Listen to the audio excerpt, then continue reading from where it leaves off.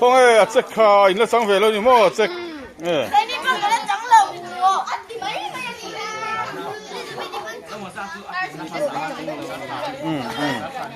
ra đây đi mà cái trắng lầu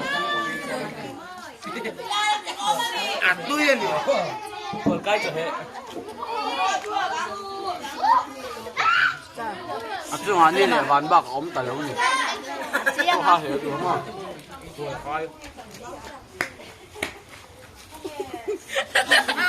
Hey ghê Hey Hey ghê Anh đón tóc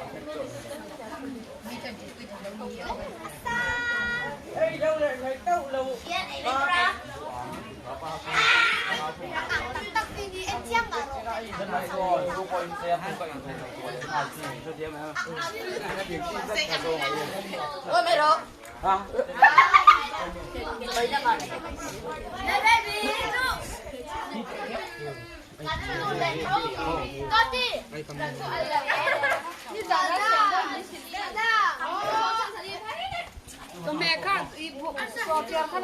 khá thảo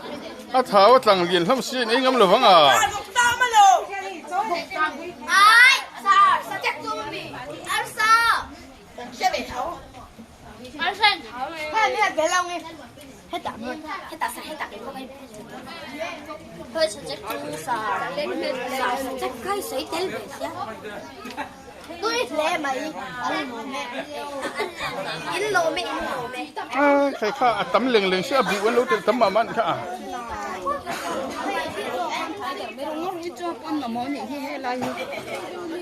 này ngay thôi in thấy tốt ấy tu rồi thấy tốt ấy tu rồi cái này về thôi xa cái này về thôi in này yang chia chia không có vô in rồi phải không